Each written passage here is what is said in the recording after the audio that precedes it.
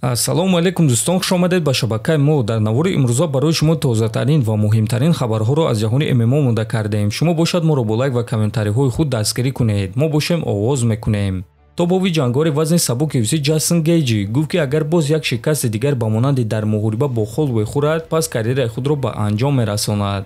ман ин гуна нияти рафтан надорум, аммо агар ки ин кор боз рух диҳад, пас фикр мекунам ки ин анҷоми карьераи ман мешавад. ман фикр мекунам ки бадани одам тобовар аст, лекин ба ӯ вақт дар кор мешавад. ман 6 моҳ танаффус гирифтум. ҳамаи ин вақт кӯшиш мекардам ки ба ман зарба назананд. мо имконият дорем ки ба организми худ вақт диҳем вақте ки чунин нокаутҳо рух медиҳанд, чунки ин гуна корҳо ба мағзи сари мо зарар мерасонад ва ҳар як зарба метавонад ки хеле хатарнок шавад. ин чизро набояд рад кард, гуфтааст Гейҷи. хотиррасон мекунем ки Ҷейсон Гейҷи дар охирон муҳорибаи худ зидди Макс Холлоуэй бо тариқи нокаути вазнин шикаст хӯрда буд ва акнун қариб баъди як сол ӯ боз ба октагон бармегардад ва аллакай шаби 8 ба 9 март дар турнири UFC 313 ӯро муҳориба зидди зарбазани хатарнок Рафаэл Физиев интизор аст. дӯстон, чӣ гуна ки медонед, мо тӯли чанд сол аст ки бо ширкати Шифофармо ҳамкорӣ мекунем ва ба боварии комил ин ширкатро ба шумо тавсия медиҳем. дар ин ширкат шумо ҳама намуд доруҳои гиёҳӣ, духиҳои арабӣ, соатҳои мусалмонӣ, ҷойнамозҳо, шампунҳои гиёҳӣ ва боз бисёр дигар чизҳоро дастрас карда метавонед. ин ширкат дастафка ба тамоми шаҳрҳо доранд. ҳамчунин мошинкаҳо барои риш ва мӯи сар, доруҳо барои фарбе ва харобшавӣ, равғани сиёҳдонаро низ аз ин ширкат дастрас карда метавонед. рақамҳо дар рӯи экран. ҳатман аз номи канали Паҳлавон гап занед.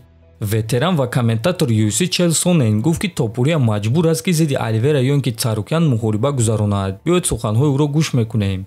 ҳозир Оливера ва Царукян дар пойга иштирок карда истодаанд ки ғолибро муҳориба зидди Топурия интизор аст. боварӣ надорам ки ба Оливера дарҳол муҳориба зидди Махачев медиҳанд, чунки Ислам рақиби нав, хуни нав мехоҳад. Ильяс соҳиби муҳорибаи унвонӣ намешавад, дар ҳоле ки ӯ хуни нав аст. ҳозир моҳи Рамазон аст. чунин ба назар мерасад ки ӯ маҷбур мешавад ки дар аввал бо ягон рақиби дигар ҷангад. муҳорибаи ӯ зидди Махачев муҳорибаи на он қадар калон аст, лекин агар ки Топурия дар аввал Оливераро шикаст диҳад, пас тамоман дигар гап мешавад. ӯ бояд исбот кунад ки барои камарбанд довталаб шуда метавонад. яъне ӯ бояд ки дар аввал ё Чарлз ё ин ки Арманро шикаст диҳад, гуфтааст Сонен. ва дӯстон, айни замон ҷанговарони топ 5 вазни сабук Ислам, Арман, Оливера ва Дастин Порье берақиб ва муҳорибаи таъин шудаанд. ҳамчунин Топурия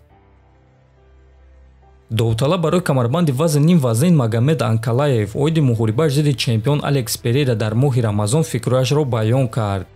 бале, дар моҳи Рамазон ҷангидан хуб нест. мо албатта кӯшиш мекунем ва карда истодаем ки вақти зиёди худро дар масҷид гузаронем. аммо чунин имконият пайдо шуд ва агар ки мо қабул намекардем, пас номаълум ки кай боз ба мо имконият медоданд. барои ҳамин чӣ қадар душвор набошад, ҳам мо ин муҳорибаро қабул кардем. дар моҳи Рамазон ҷангидан осон нест, лекин мо метавонем. мо вазифаи худро иҷро мекунем, гуфтааст Анкалаев. бояд гуфт ки муҳорибаи унвонӣ дар вазни ним вазнин байни чемпион Алекс Перейра ва довталаб Магомед Анкалаев аллакай шаби 8 ба 9 март дар турнири UFC 313 баргузор мегардад ва муҳорибаи асосии ин турнир хоҳад шуд. пеш аз худи муҳориба мо шуморо пресс-конференсия, маросими вазнкашӣ ва ду муҳорибаи рӯбарӯ интизор аст. ба фикри шумо дӯстон, дар ин муҳориба кӣ ғолиб мешавад, Перейра ё ин ки Анкалаев?